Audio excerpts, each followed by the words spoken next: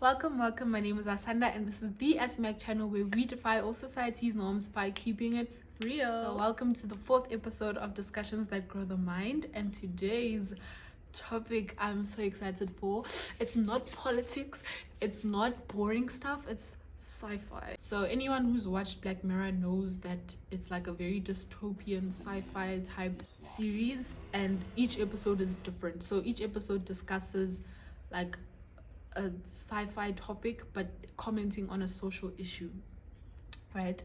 And basically I'm going to be discussing how those episodes are slowly coming true in our real lives, and it's very scary, guys. Like, anyone who's watched Black Mirror knows that if any of those things happen, it's literally like the end of the world. Like, we're done, it's time, we're all dying. For those who haven't watched Black Mirror, I'll just read you a synopsis of what it's about.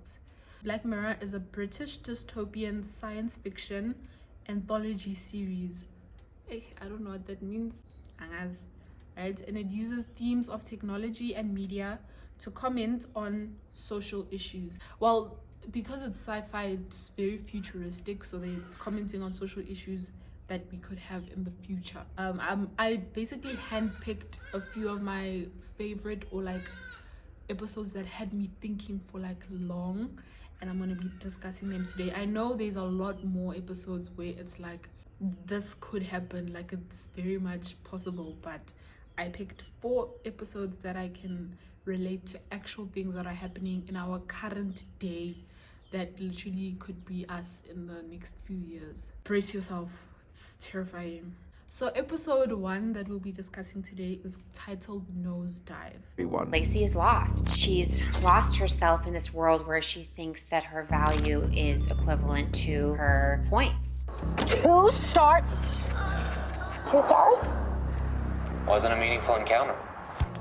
Everyone is a little bit heightened and false because everyone's terrified of being marked down because the consequences of that are unpleasant. So it's basically the world we live in. So Nosedive is surrounding this woman. She's in a reality where the currency of the world is essentially your social acceptance. What does that sound like? Social media, my darling.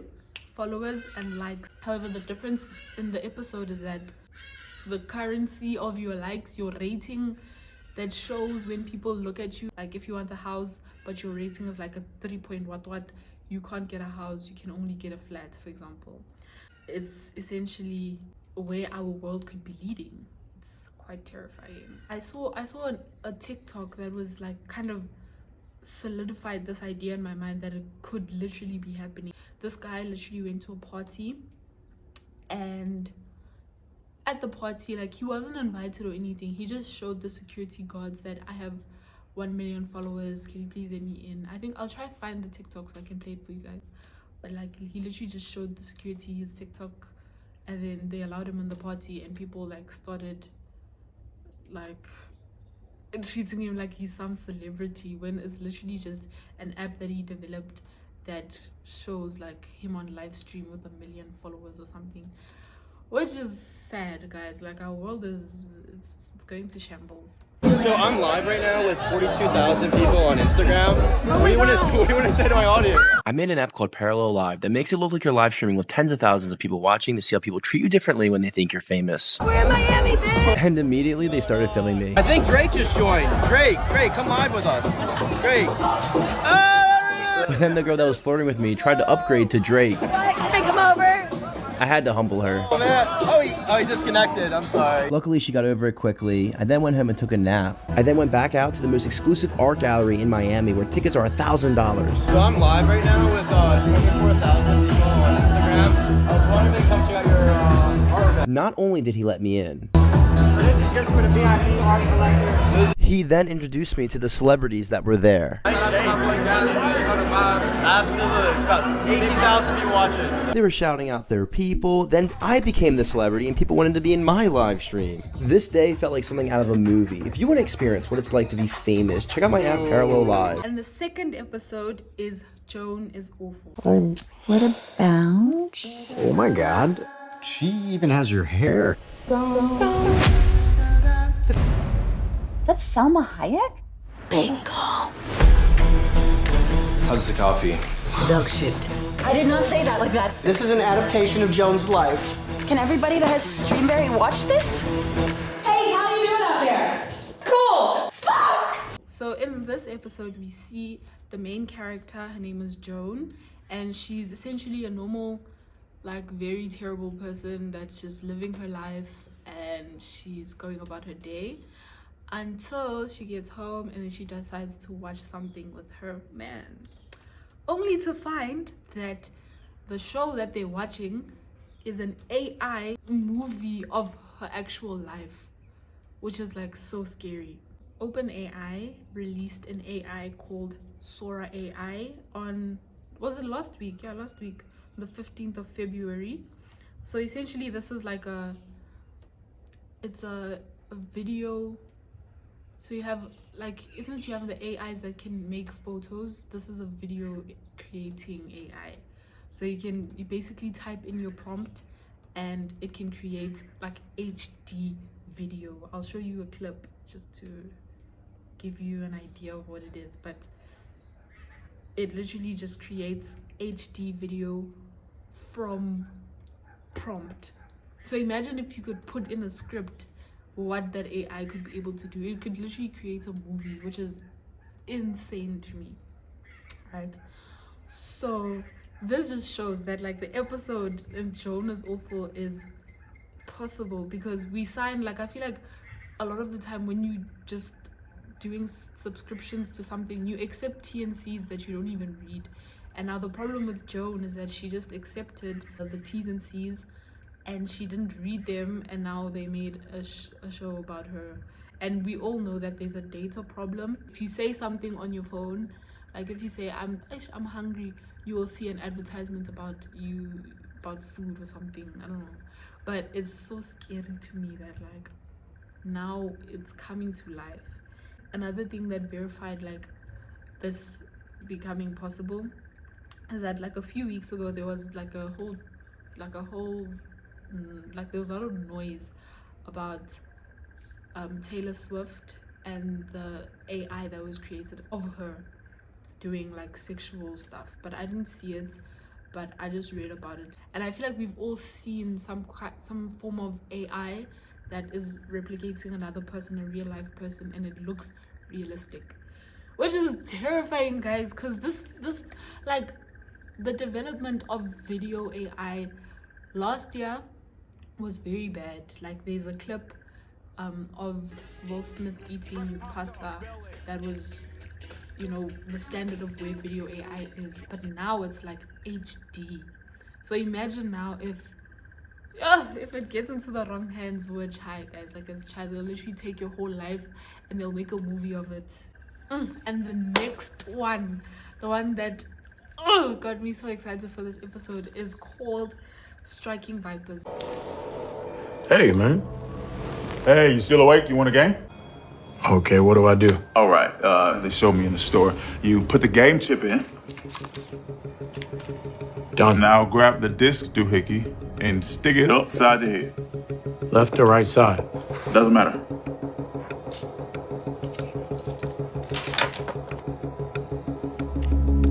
Done. Okay, now hold down the sync button on the controller. Nothing's happening. We haven't chosen our fighters yet. So I am lock set. Okay. So where's my guy? Lance. Damn. All right, Lance, let's go. Okay. You have to brace yourself. Brace myself. Come on. You ready? Yeah, I'm ready. 3, 2, 1.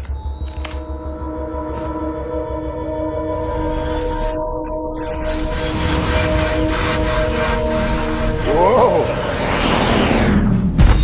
Oh my God! Whoa! This is crazy. What the fuck? Danny, said you gotta brace yourself. Carl? Crazy shit, huh? I feel like this is my favorite episode from Black Mirror, but it is essentially about, like, it's like this little chip thing. The characters in the story get a chip thing, and then they put it on their head, and then they play video game, but virtually. But like they sleeping in real life, but like their mind and their consciousness is put into the video game, and like they literally just play the game. But now the problem comes in where it becomes sexual, and it's two dudes, but like in the film it's like a girl and a boy. But like anyways, that's not the main point of the thing I'm trying to say. It's the fact that like there's already technology in real life that could create something like that, which terrifies me. There's another episode as well called History of You. So, I forgot the storyline specifically, but it's like this guy, he has a wife, I know, and they're living life, but like they have this implant in their eye where you can record everything that's happened in your life, and then if you want to check back, let's say you forgot something, you can actually like go back and see, okay, the 25th of what, click it, and then it plays in your eye. Like it's virtual. I don't know how to explain it, but like you need to watch the episode. Neuralink, which is done by Elon Musk, has been released. I'm not sure when, but it's very recent. They did their first human experiment and it is successful. That's what they're saying. On Sunday, January 28th, 2024, Elon Musk's Neuralink carried out their first robotic operation on a human brain. The patient was implanted with a total of 64 wires directly into the tissue of their cerebral cortex, each wire containing 16 microscopic electrode sensors, and then a very small battery-powered computer device was nestled inside this person's skull before the incision was sealed up and the N1 chip was powered on for the first time inside a live human being. The initial application that Neuralink has demonstrated is telepathic typing and cursor control. Just by thinking about the movement of the cursor on a computer screen, the Neuralink will enable a user to write messages, open applications, browse the web, and even play video games. This is all stuff that has already been demonstrated in the company's monkey experiments for years now. So this is what we can assume the first human Neuralink users are doing right now. Which is crazy to me, because in the next 10 years, we can probably play a video game like you see in Striking Vipers. You can probably record your memories like you see in frickin', what's this episode, History of You. And I think like the fact that you can take an outside piece, connect it to your brain, and get computer to communicate with human is insane. It's insane, and I think we're in trouble, guys. But like, let's be positive, you know what I'm saying? It's positive. We're gonna be cyborg humans in a few years. Just prepare yourself. The last episode is Be Right Back. I can sign you up to something that helps. It helped me. It will let you speak to him. I know he's dead, but it wouldn't work if he wasn't. And don't worry, it's not some crazy spiritual thing. He was a heavy user. He'd be perfect. Please, shut up. I mean, it's still in beta, but I've got an invite. Please, shut up. You won't even have to do anything. I'll just assign... Shut up! Hey, you click the link and you talk to it. You talk to it? You type messages in, like an email. And then it talks back to you just like he would. He's dead. It's software. It mimics him. You give it someone's name. It goes back and reads through all the things they've ever said online, their Facebook updates, their tweets, anything public. I just gave it Ash's name. The system did the rest. It's so clever. It's sick. It's sick. Just say hello to it. If you like it, you then give it access to his private emails. The more it has, the more it's him. It won't be... No, it's not. But it helps.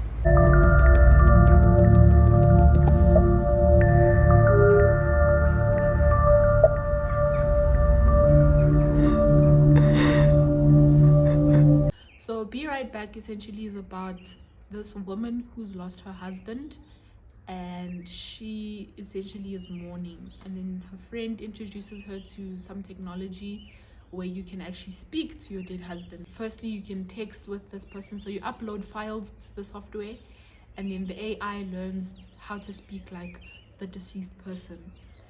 And from like having text messages, you can call, and on top of that, guys, she can literally order a clone. I never expressed suicidal thoughts or self-harm. Yeah, well, you aren't you, are you? That's another difficult one, to be honest with you. You're just a few ripples of you. There's no history to you.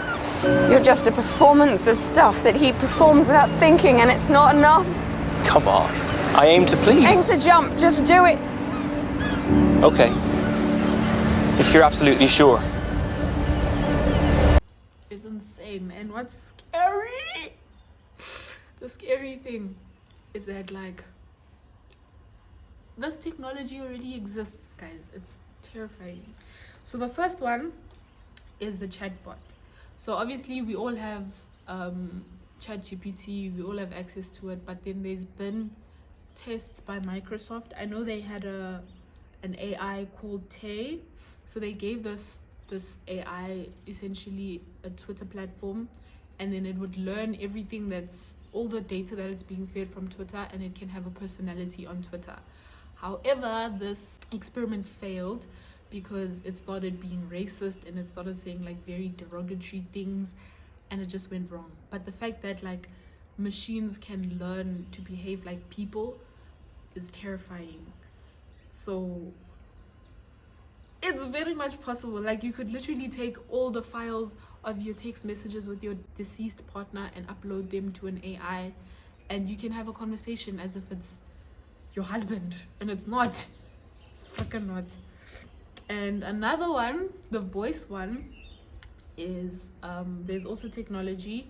Amazon, I know they're trying to do, I didn't do like thorough research on these projects, but Amazon's Alexa, I think we all know Alexa. Like you've seen it in the Americans, and they just say, Alexa, play what, you know. So Alexa essentially they want to give it an ability to learn and to mimic people's voices. And I think this technology is already there outside of Alexa. Like you have voice mimicking AIs, you can see it on TikTok as well. The AI is there, so you can communicate with this AI. You just upload the data and it does it for you, and you can literally have a full-on conversation with the voice that sounds like your deceased partner, but it's not, it's just AI. So Sophia essentially is the clone part of this whole episode. So I don't know if you've seen it. I've seen it like a lot on my TikTok For You page, but essentially Hanson Robotics have a robot called Sophia, and it is designed to be very human-like. So Sophia has a personality of her own. She like can talk and whatever. All the way. And like in a few years, I don't think you guys understand how close all of these things are, because if you think about it, before the 2000s we didn't even have internet. Now the internet is what it is, and it's only been like what, almost 20 years. Imagine now in the next 10 years with the rate of acceleration that we have, we will, guys, I'm scared. I don't think anyone understands right now. This thing blows my mind. Like we're gonna have freaking cyborgs, that we are gonna be cyborgs ourselves. We're gonna have robot friends.